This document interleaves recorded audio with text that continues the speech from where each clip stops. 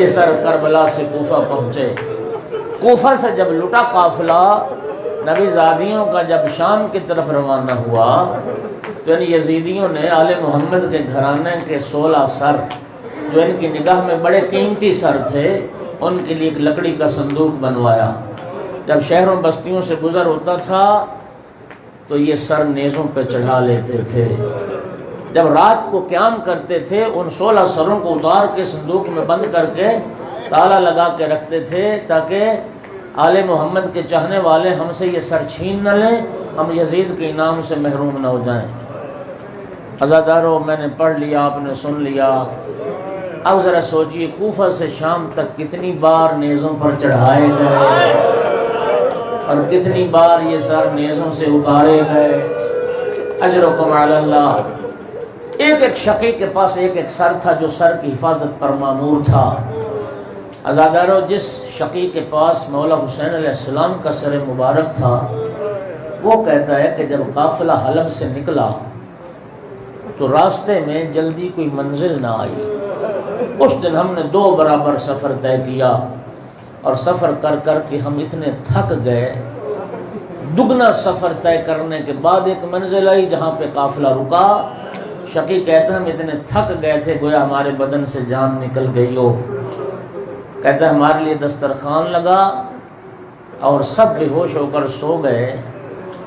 عزادارو، جو گھوڑوں پر سوار تھے وہ اتنے تھک گئے تھے، جو بے پالان اونٹوں پر سوار تھے، اور نبی زادیوں پر کیا قیامت گزر گئی ہوگی۔ شقیق کہتا ہمارے لیے دسترخوان لگا، سب نے کھانا کھایا اور سو گئے۔ اس دن ہمارے اندر اتنی ہمت نہ رہی کہ ہم سروں کو نیزوں سے اتاریں، صندوق میں بند کریں اور تالا لگا کے رکھیں۔ ہر کسی نے وہ نیزہ اپنے پہلو میں لٹایا اور سو گیا۔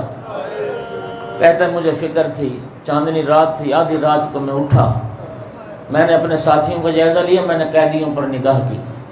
کہتا ہے میں اس چاند کی روشنی میں کیا دیکھتا ہوں، حسین کی چھوٹی بیٹی سکینہ آہستہ آہستہ میری جانب آ رہی ہے۔ شقیق کہتا ہے میں ساری بات سمجھ گیا کہ آج اس بچی کو یہ علم ہے کہ میرے بابا کا سر صندوق میں نہیں ہے، آج میرے بابا کا سر صندوق سے باہر۔ یقیناً وہ بچی بابا کو ملنا چاہتی تھی، لیکن بچی نے جب مجھے دیکھا تو بچی سہم گئی، قدم رک گئے۔ میں دیکھنا چاہتا تھا کہ یہ بچی کیا کرنا چاہتی ہے۔ کہتا ہے میں پھر لیٹ گیا، اپنی آنکھیں میں نے کھلی رکھی۔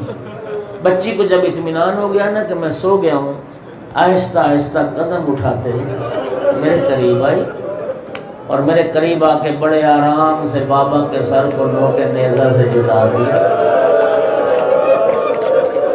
اپنی گود میں رکھا۔ کہتا ہے میں دیکھ رہا تھا بچی باپ کا رخسار چوم رہی تھی۔ عزاداروں، جو بیٹیوں والے بیٹھے ہو، آپ جاتے ہوں گے بیٹیوں سے ملنے، بیٹیاں آتی ہوں گی آپ سے ملنے، بخدا قسم کوئی بیٹی باپ سے ایسے نہ ملی جیسے جناب سکینہ ملی۔ کہتا ہے میں دیکھ رہا تھا بچی باپ کا رخسار چوم رہی تھی، اور شقیق کہتا میں تڑپ گیا جب میں نے یہ دیکھا حسین کے لب بھی متحرک تھے اور میں نے دیکھا حسین بیٹی کا رخسار چوم رہے تھے۔